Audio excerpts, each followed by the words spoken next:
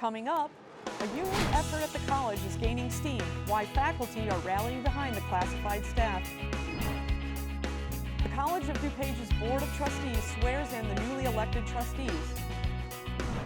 And from sketches to screen, students are bringing their imaginations to life. All that and much more on this edition of Courier News TV. Hello and thank you for joining us. I'm Bianna Yeager. As labor organizing continues to gain momentum across the country, staff at the college are joining the movement. A new push by classified employees has gone public, and they're getting strong support from faculty. CNTV reporter Miles Gonzalez is outside the CODFA offices with more on how this effort is gaining traction. Miles, what can you tell us? At the College of DuPage, a new chapter in labor organization is unfolding. Classified employees, from IT to admissions, are moving to unionize with ASME Council 31, and their full-time faculty colleagues are stepping up in support. I like to say we do the thing that the college does, right? I teach we sell units of education, and I deliver that unit of education. But there's no way I could do it without classified staff. My job is seamless and smooth and easy in many respects because of the classified staff. Faculty are signing a letter of support calling for the college president and the board of trustees to meet with classified employees in good faith. Flyers and t-shirts are also being distributed, signaling a united front. Organizers say they hope to formally present the letter to the board soon, as they continue to collect signatures and build solidarity across campus. In front of the CODFA offices, I'm Miles Gonzalez. Thanks, Miles. And remember, for all the latest college news and events, log on to the Courier newspaper at codcourier.org. At the College of DuPage Board of Trustees meeting last month, Shaheen Jutla, Maria Sinkule, and Thomas Tuminaro were sworn in as new board members. Officially joining the board, Jutla will serve a 2-year term, while Sinkule and Tuminaro will serve 6-year terms. Also sworn in was incoming student trustee Isabella Escobar, who is excited to take on her new role and represent her peers. To the best of my ability. Congratulations. Thank you. The annual reorganization of the board also took place. Christina Fene was reappointed as board chair, Florence Apple as vice chair, and Andrew Mano as board secretary. These trustees will serve in their positions until April 2026. The Catholic Church enters a new chapter with the passing of Pope Francis. Religious communities around the world are reflecting the legacy of Pope Francis and are coming together to discuss the future of the Church's leadership. Our CNTV reporter Joshua Wascom interviewed the people of the 502 community on the passing of Pope Francis. Cari fratelli e sorelle, buona Pasqua. This was Pope Francis' last Easter message before he passed away the next morning on Monday, April 21st, which was Easter Monday. Here is a statement from the Vatican. The death of Pope Francis brings the conclave that started May 7th to elect a new pope. To elect a new pope, the cardinals who are allowed to vote have to be under 80 years old. They also have to have 2/3 majority of the cardinal votes to become pope. Some of the contenders are Luis Antonio Tagle from the Philippines, Pietro Pollan from Italy, and Chicago's very own Robert Prevost. Well, of course, it's sad because he died, but also he was sort of monumental in the way that he changed the church and the way that he did things, and certainly taking the vow of poverty and believing in it. And so he had a big impact on the church, and I imagine even like the next pope will have a big impact on the church because many of them are the ones that he appointed.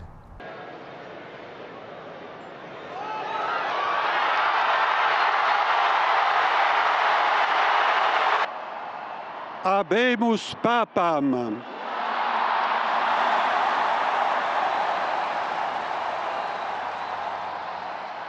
Cardinalem Prevost. Qui sibi nomen imposuit Leonem decimum quartum.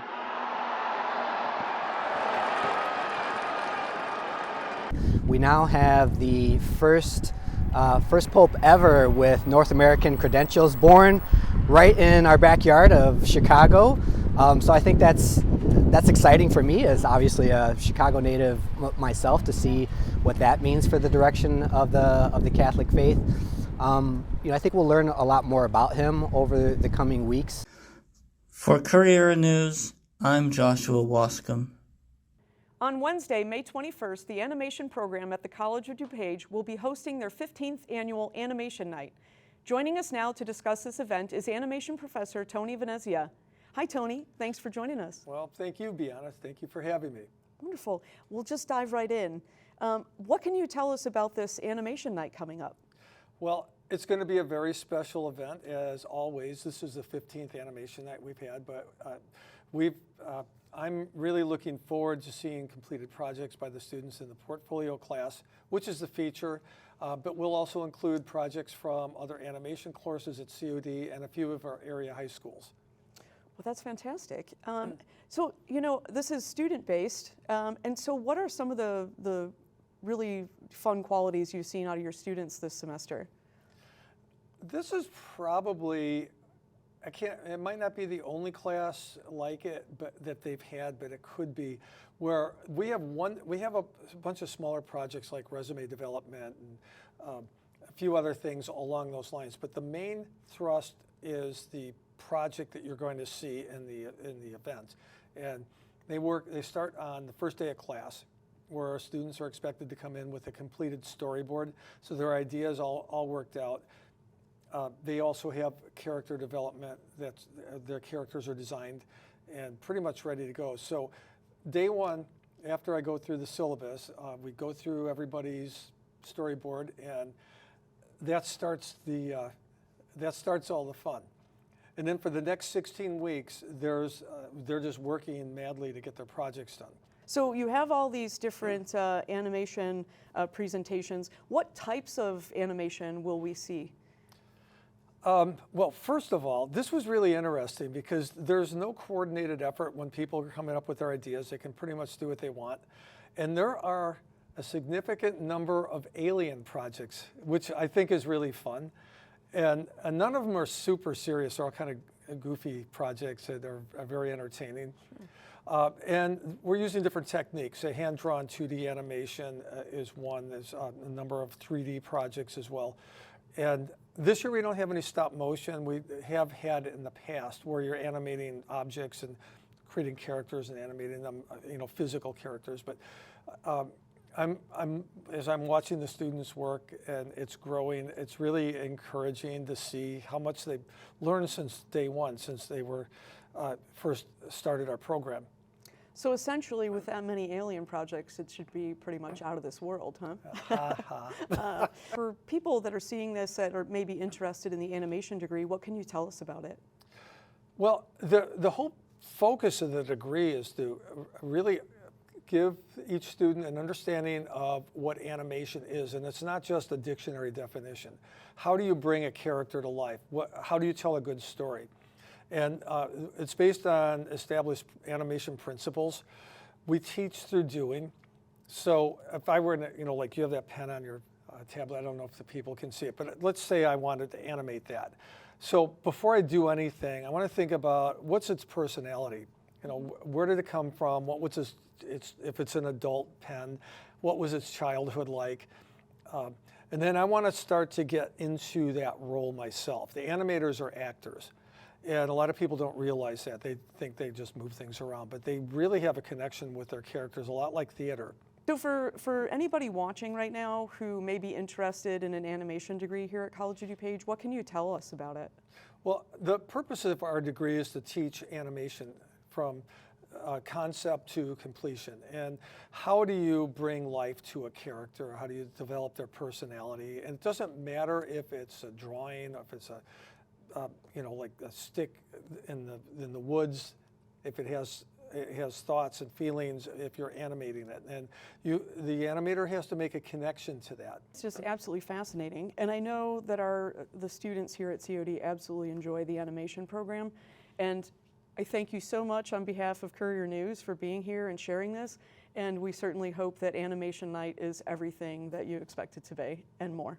Well, thank you very much, and I expect great results from our animation night. Make sure you come. And then at the end of the event, just one last little plug here. Sure. So the program, I'm not sure exactly how long the program's going to be. It's been anywhere between an hour and 15 minutes and 2 hours, and I won't know that for another couple weeks. But regardless of the length, when it's all over, each animator in the final class, the portfolio class, has an art display backstage. And in the middle of the display is a big pile of food and beverages. So you're welcome to join us. And you can look at the work that the animator's done, ask them questions, and just really enjoy the event. Well, all that sounds so amazing, Tony. Thank you so much for being here, and we wish you the best of luck with Animation Night this year. Well, you're more than welcome, and I hope to see everybody there. And if you would like to attend Animation Night 2025, the event will be held on Wednesday, May 21st at 7 p.m. in the Belushi Performance Hall on the college's main campus. This event is free and open to the public to attend. When we return from the break, the gardening season is in full swing, and COD is getting ready for its annual spring plant sale. We'll tell you what's in store, but first, here's a look at your COD music calendar of events. The DuPage Community Jazz Ensemble takes the stage for a night of swing, sound, and soul.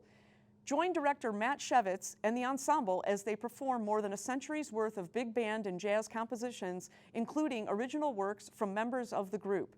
Catch the show Friday, May 9th at 7:30 p.m. in the Belushi Performance Hall inside the MAC. Tickets are $7. The DuPage Choral returns to the stage for an evening of powerful, community-driven vocal performance.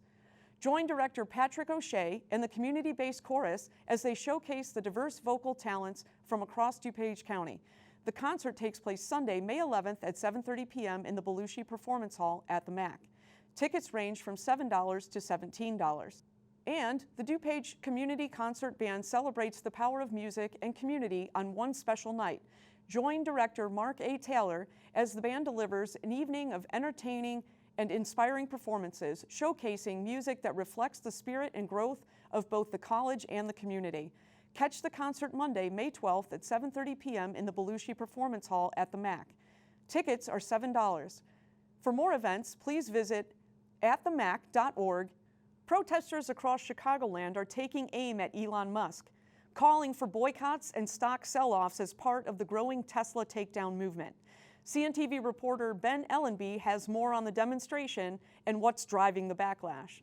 Tesla protesters got off the couch and on the street amidst Trump's latest executive orders and cabinet appointments.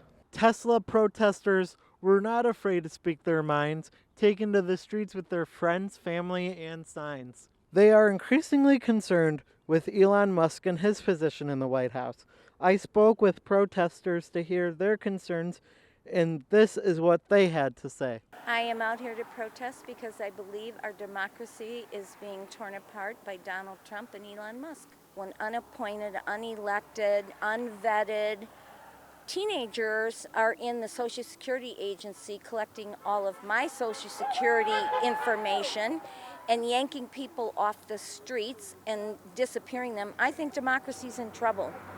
Protesters were very critical of Elon Musk and his handling of DOGE, the Department of Government Efficiency, and took issue with the Musk and the department's handling of cutting government waste. You can see from all the people here that they're not happy with our current, what is he? Administration. It's not just president. Trump, it's Musk, it's the cabinet. They're all grifters and incompetent, and boy, I support Kristi Noem being out of there. She has spent $2 million with all of her little jaunts around the country and getting her photo ops and her ads on TV, and we're paying for it. The whole cabinet is full of incompetent people that have no background and no experience, and it shows. Their concerns are rising as Trump just finished his 100th day back in office. And as you just saw, people are not happy. Reporting from CNTV, I'm Ben Ellenby. We highlight a remarkable program at Governor State University that's making a real difference in the lives of young adults with disabilities. The initiative focuses on equipping students with essential life skills and helping them to transition to college life with confidence. CNTV reporter Bianca Toblert has the story. For many young adults with disabilities, the journey to independence and higher education can be a bit challenging. But here at Governor State University, there's a special program that's paving the way. We sort of brainstormed and thought about this a little while and said we really need to have an organization or a group on campus that serves students with disabilities. In fall of 2020, we started our very first pilot of Jaguar Jumps. What we do is we expose students with disabilities to possibilities that they may or may not have envisioned for themselves. I think I will jump for about 3 weeks. So we're working with those students who have cerebral palsy and they're in a motorized wheelchair. We're working with those students who are on the autism spectrum and maybe come to us nonverbal to push their limits. And push their limits for the purpose of going into the workforce, getting a job. Some kind of career or some kind of path that if he can go there, he's got the skills or tools. Or push their limits to going into a degree program at Governor State or College of DuPage or Trinity College. We don't care where our students go in terms of next steps, so long as they keep moving forward. It's the start of gardening season, and the horticulture program here at the college will be having their annual spring plant sale starting today. The plants being sold are planted by horticulture students and are taken care of with the help of volunteers. A wide variety of plants will be sold at the sale. The spring plant sale will be held at the COD Greenhouse on May 9th from 8 a.m. to 4 p.m. and May 10th from 8 a.m. till noon. Students and faculty will be on hand to answer questions and concerns about planting and materials. For more information on the spring plant sale, visit their website at cod.edu/horticulture. And of course, if you're planning to get your hands dirty in the garden, you'll want to know what kind of weather to expect. Here's a quick look at your COD weather forecast.